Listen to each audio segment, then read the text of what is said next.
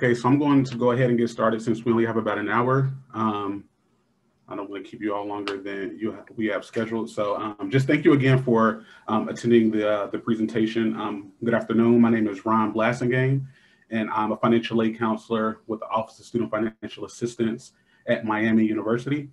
So the goal of this webinar is to discuss some basic financial aid information.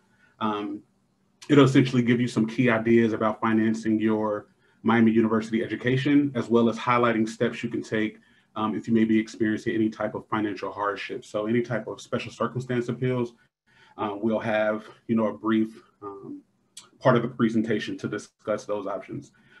So during the webinar, you may type in your questions that you may have into our chat, and one of our other financial aid counselors that are in the presentation will be on standby for the answer. If it relates directly to the information I'm covering on that specific slide, I'll definitely provide additional clarification before I move on. However, for more general questions, we'll definitely set some time aside at the end of the presentation. Before we end the presentation, we'll set some time aside to be able to answer some of those questions.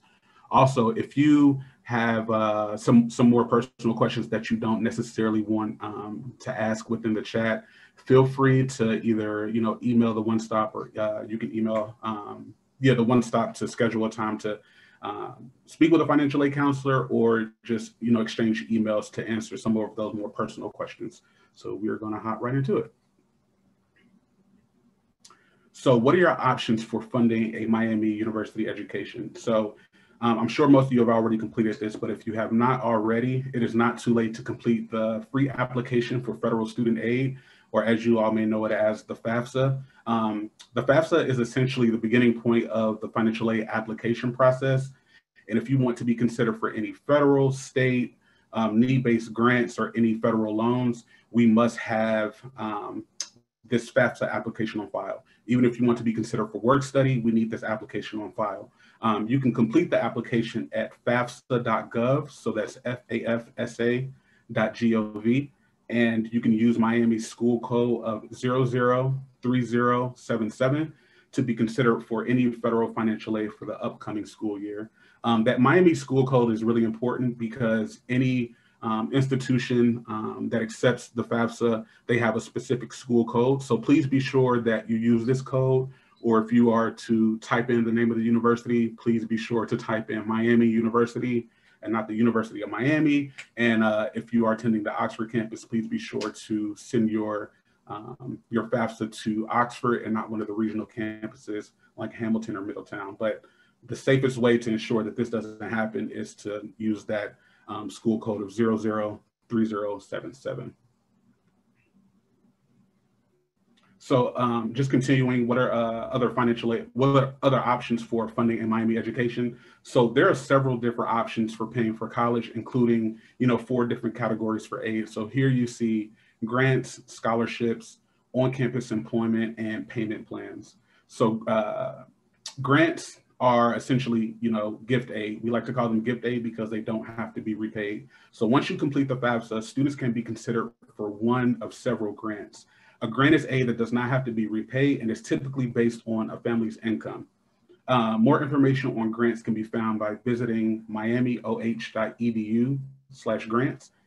Scholarships are another form of gift aid. So when we say gift aid, this is again financial aid that does not have to be repaid back to the university or the Department of Education. So scholarships also do not need to be repaid and are typically based on academic merit or some other criteria. Some scholarships may also be based on merit and financial need. Miami University is pleased to offer merit scholarships to academically accomplished first-year, full-time undergraduate students who enroll on the Oxford campus for fall 2021. To earn a scholarship, students had to apply by the deadline and meet the minimum academic criteria. No separate scholarship application was necessary. So if you met that minimum criteria, there's no additional applications or nothing else that you need to fill out in order to be ready for those scholarship opportunities. Our scholarships start at a 3.5 GPA, and merit scholarships range from $1,000 to full tuition annually. Our merit scholarships are all 4-year renewable, and additional information about scholarships including how to search for outside scholarships, which I'm sure a lot of you would be excited to look into, can be found on the miamioh.edu/scholarships webpage. So on-campus employment is also another form of funding your Miami University education that a lot of students tend to utilize. So it's an excellent way to help pay for college, and work study is another category of financial aid. So students who obtain a job are paid biweekly, and our pay range goes from minimum wage, which is $8.55 to $12.10 per hour. Those pay rates do fluctuate based on the types of duties that the student will have to perform and the type of job that they have. But students should definitely visit our student employment webpage. Students can typically begin applying for positions after they know their class schedule, because the beautiful thing about student employment at Miami, they make sure that you are a student first and an employee second. So they have schedules that are set up around the student's class schedule. So once the student completes orientation and they register for those classes, I would definitely recommend that they start to look into on-campus employment, just so they can make sure they, grab up some of those more, in-demand jobs, or the jobs that students usually want first. So again, additional information about on-campus employment can be found at miamioh.edu/student employment. And then lastly, we have payment plans. So Miami has payment plans for families to divide semester balances into smaller, more manageable payments, because we know that that one-time payment can be a lot. So we give families the opportunity to separate those payments into two different payment plans. So we have an interest-free payment plan, which is available as soon as the student receives their semester bill. We have a forepay, which is that the bill after all of their financial aid has paid to their account. We have a forepay, which has a $40 enrollment fee, and the first payment for the fall semester is due in July, and the last payment is due in October. So we split that balance up into 4 different payments. Again, the first one starts in July and the last one is in October. Secondly, we have a 3-pay payment plan, which has an enrollment fee of $45, and the first payment for the fall semester is due in August, and then the last payment is also due in October. Again, if you have more questions about those payment plans, you can visit miamioh.edu/payment plan. So I'm sure most of you are familiar with loans. Again, as people feel however they want to feel about loans, but loans are a form of financial aid, and a number of our students do utilize these federal loans to help, bring down some of that balance. It's about borrowing smart and not just borrowing to borrow. So again, another category of financial aid are loans. So educational loans are a category of aid that have to be repaid with interest. So early, I kind of discussed gift aid, so scholarships and grants, which don't have to be repaid. Loans are a different type of financial aid that you do have to repay. By completing the FAFSA, students will be offered one or a combination of federal direct subsidized loans, which are a need-based loan, or the unsubsidized loan. You can either have all of the unsubsidized loan, or you can have a combination of the two. Again, while loans are under heavy scrutiny right now, especially in the media, we believe that students can use these loans as a solid investment in a student's education, provided that the student borrows smartly when considering their expected professional outcome. When students enroll, we actually have tools and counseling available to help ensure that they're not overborrowing. So we have a really good guy in our office named Ken who can, walk you through that process if you have any additional questions. These are federal loans which are made in the student's name. So any federal, and I know that parents, they still look at their students as children, but once that student is enrolled in the college or university, we consider them as adults. So any federal loans that they borrow will be in the student's name. There is no credit check, and they don't need a cosigner for those loans. And students can borrow up to $5,500 their first year. It increases to $6,500 their sophomore year. And then for their junior and senior years, that amount increases to $7,500. Repayment begins 6 months after graduation and can be deferred if a graduate degree is sought. So if a student completes their degree program, but they enroll in a graduate program shortly after they've graduated from undergrad, those loans can continue to be deferred until after they complete their degree program. The interest rate is fixed, and for the upcoming school year, the interest rate will be 3.73% for those federal loans. In addition to federal student loans, parents actually have the option to borrow the Federal Parent Plus loan. So essentially, this is a loan that the parent takes out on behalf of the student. Unlike the subsidized and unsubsidized loans, there is a light credit history review, so there is a credit check, but there's no maximum amount that the student can accept. But you can accept more than the student's cost of attendance. So once the student's aid has paid, you can't accept more than what it costs to attend Miami University. So that interest rate is also fixed for the upcoming school year, and that interest rate is 6.28%.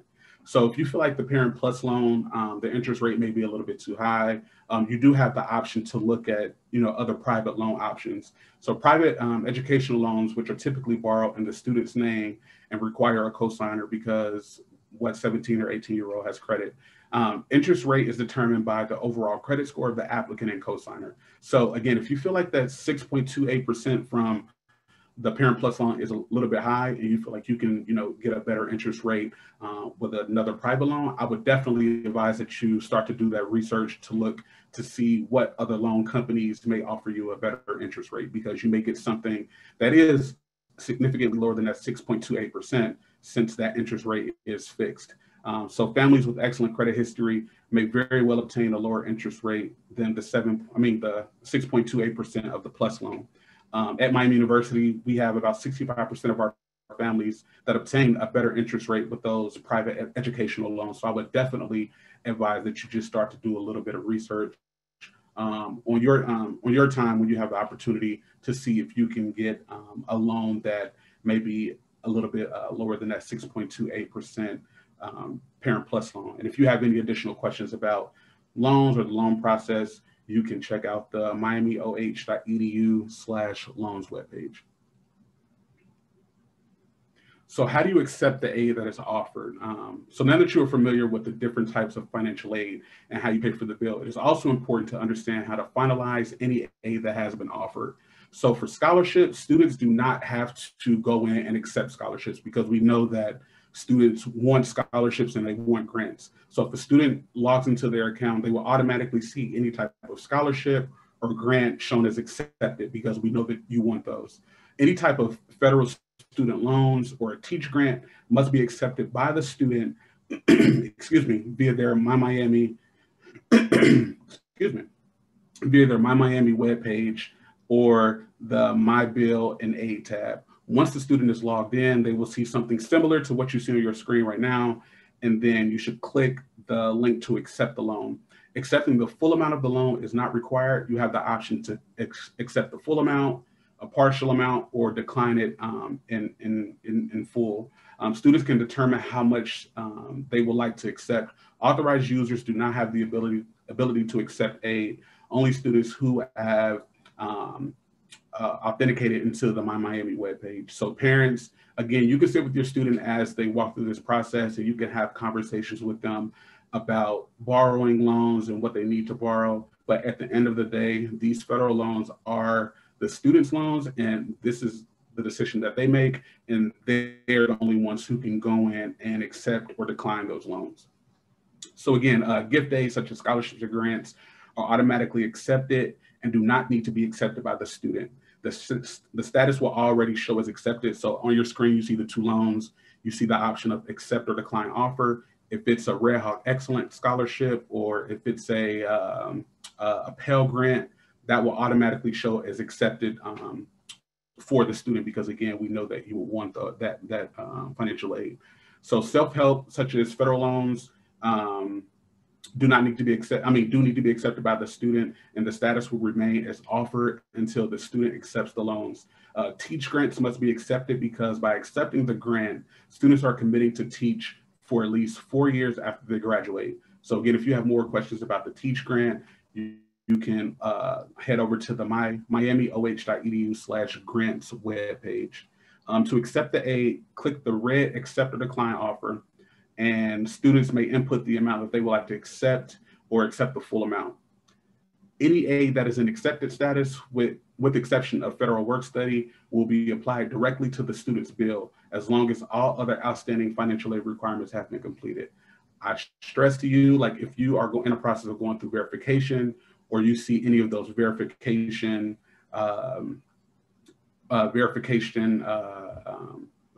status updates, or they're asking you for additional information regarding verification, I would advise that you please get that taken care of as soon as possible, because the month of July will fly, and then, you know, at the end of August, school is starting. So you want to make sure that you have all of your ducks in line by time the semester starts, because you don't want to run into any issues with class cancellation or anything just because you didn't complete all of those requirements. So again, only students can accept or decline aid. They must be logged in to their My Miami webpage with their unique ID and the password that they create. Parents do not have the ability to log in with their credentials. They can see grades, they can see bill, but they cannot log into this with their parent credentials.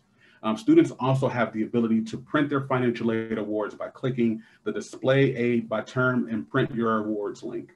In some instances, organizations or institutions may ask the student for this information when applying for scholarships or sibling tuition discounts. So if you need that information, you do have that available to you. You just need to go in and print that.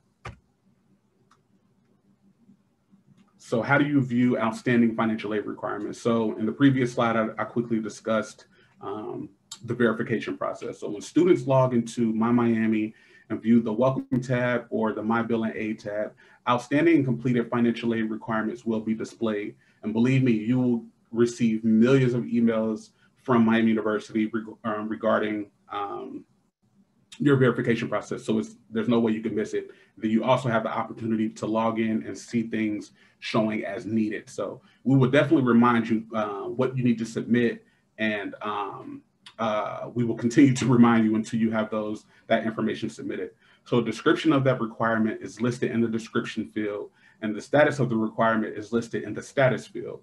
If the requirement has not been satisfied, it will show as needed but received but incomplete. It will show as needed or received but incomplete. If the requirement has been satisfied, it will show as received. Students should finalize all outstanding requirements as soon as possible to avoid delays with financial aid. So if you have any verification requirements and it's showing as needed or incomplete, none of your federal financial aid will pay to your account until those things show as completed. So any loans, any Pell Grant, any type of federal financial aid will not pay out until you have all of those verification requirements completed. If you have any additional questions about verification, feel free to reach out to the One Stop or contact a financial aid counselor regarding your verification process. But please be sure to make sure you complete your verification before the start of the semester. So do you have to reapply for scholarships and grants each year? So one common question we receive regarding scholarships and grants at Miami is whether students need to reapply for aid. Students are eligible for the merit scholarships for a total of 8 semesters, which equals out to 4 years, provided they enroll full-time each semester and maintain a 3.0 GPA. There's no scholarship application necessary for the scholarships to renew each year. So again, there's nothing additional that you need to do in order for you to continue receiving that scholarship other than maintaining the GPA and maintaining a full-time student. Students should check their initial scholarship notification letter for renewal criteria for other department and donor scholarships. Students may apply for outside scholarships throughout their academic career and are encouraged to do so to acquire additional funding to help pay for school expenses. Miami University students can find a list of scholarships that are pretty regularly updated on our scholarships page. Students should review the scholarship criteria to determine eligibility. These scholarships are usually awarded on the basis of academic merit or some type of special talent, such as athletic or musical ability. If a scholarship deadline has passed, please be sure to check back because there's a good possibility that the scholarship will be available again the following year.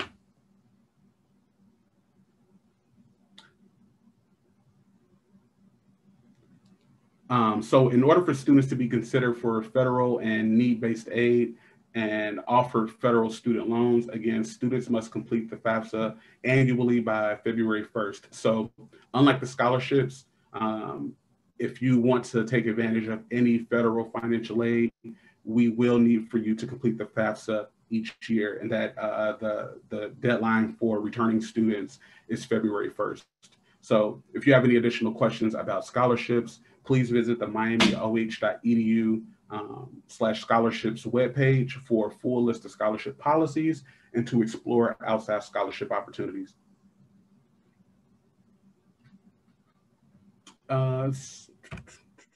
Cool. So how much does it cost to attend Miami?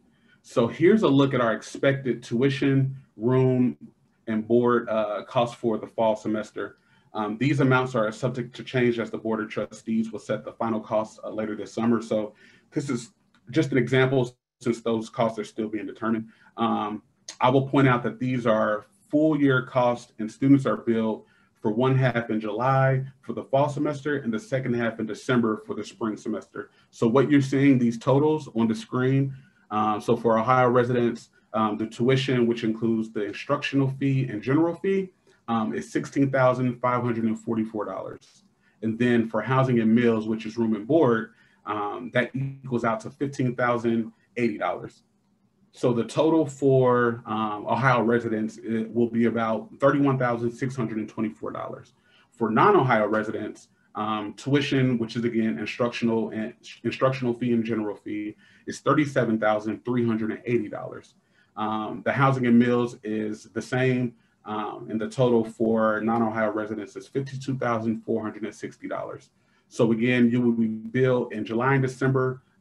These totals are for the full year amount. So if you want just a rough estimate, you can split that amount in half and that'll give you a rough estimate of what you will need to pay. And this is without any financial aid, but what you would typically pay for the fall and the spring semester.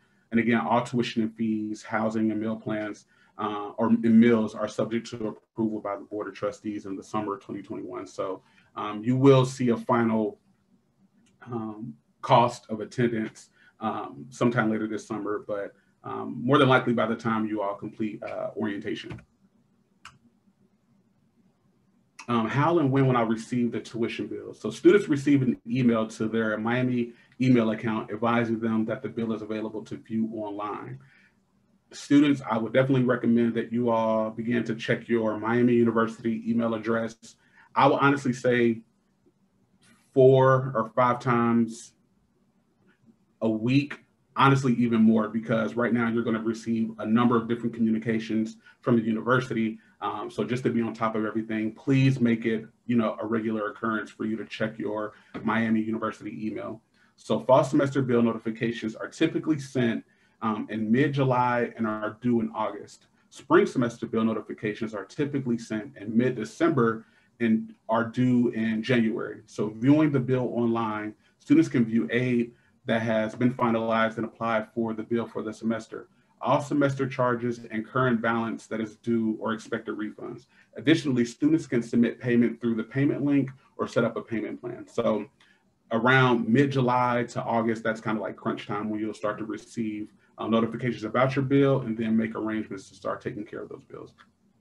If a parent or authorized user has been established as an authorized user, they will also receive a bill notification and can view the bill online. So students, if you aren't checking your bill, if you authorize your parents as a user or your guardian as a user, they will also receive notification about the bill and those due dates.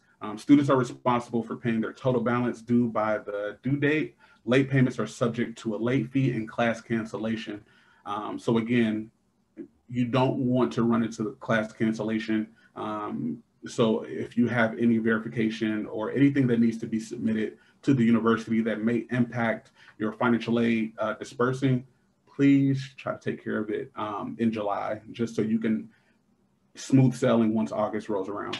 If you want to find more questions about billing, you can go to the miamioh.edu www.fafsa.edu/onestop/paying for college. And then it'll send you right to the webpage to give you more information about paying that balance and those due dates.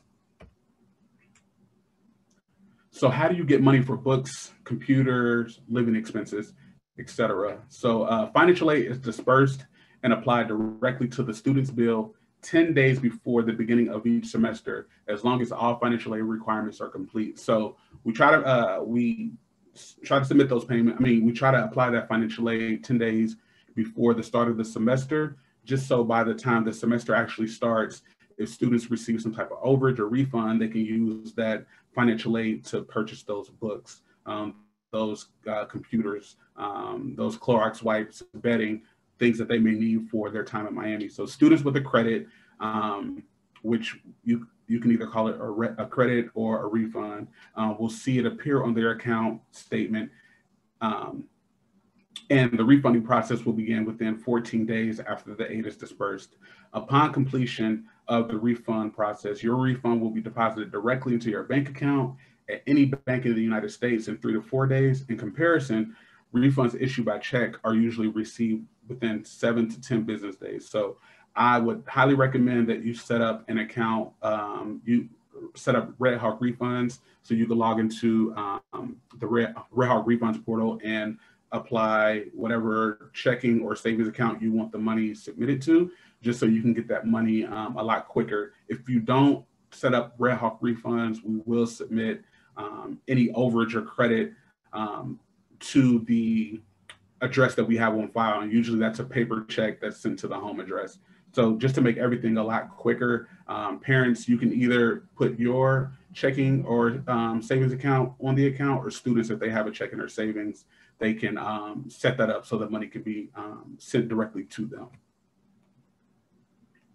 All right, so my family's income has changed since completing the FAFSA. So if there's been a change in employment status, or there's been medical bills not covered by insurance, or there's a change in marital status, like a parent passed away, or there was a divorce, or the student cannot obtain information from parents, we have a process called a special circumstance appeal. So just before I go, I wanted to touch briefly on this. It's really important for me to stress that we want students and families to be able to contact us if they have any type of difficult financial circumstances or changes, or if they're experiencing any type of financial hardship that will make it difficult for them to enroll at Miami. Miami has an appeal process for recalculating a student's eligibility for federal need-based aid, and in some cases, we can utilize this appeal to redetermine a student's eligibility for need-based aid. So again, if there's any type of financial hardship, or because we recognize that the FAFSA is looking at income that's 2 years old, and we recognize, especially with COVID, things can change at the drop of a hat. So if there's any type of financial hardship or any change with your financial situation, please just reach out. It doesn't hurt, no matter how big or small you think it is.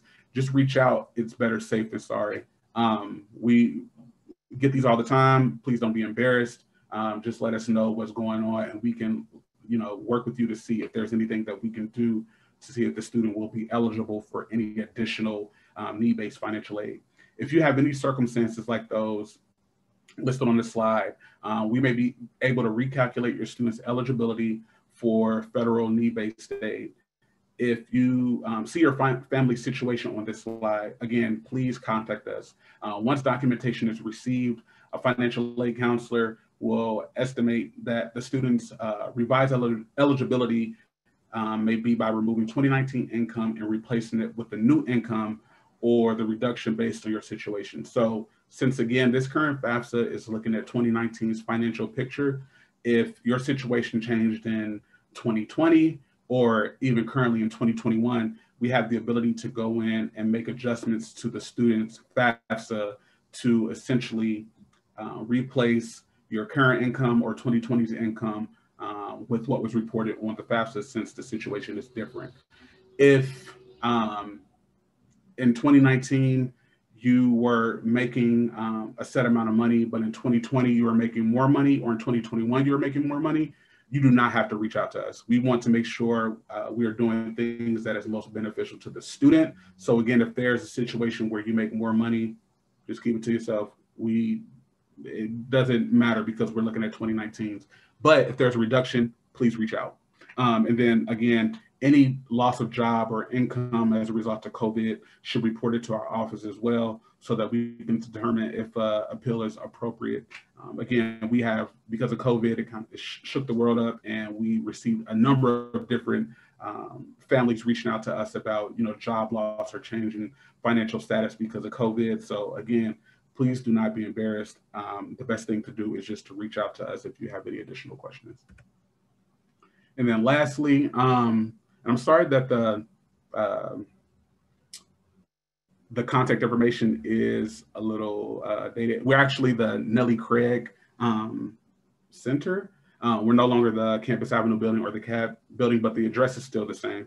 So I would, again, like to highlight some contact information for the One Stop and the Student Success Center, and just briefly explain what each one does. So the One Stop provides essential information, answering questions, they counsel, and provides problem solving for students, parents, and families in the areas of registration, enrollment, financial aid, student records, billing, and payment.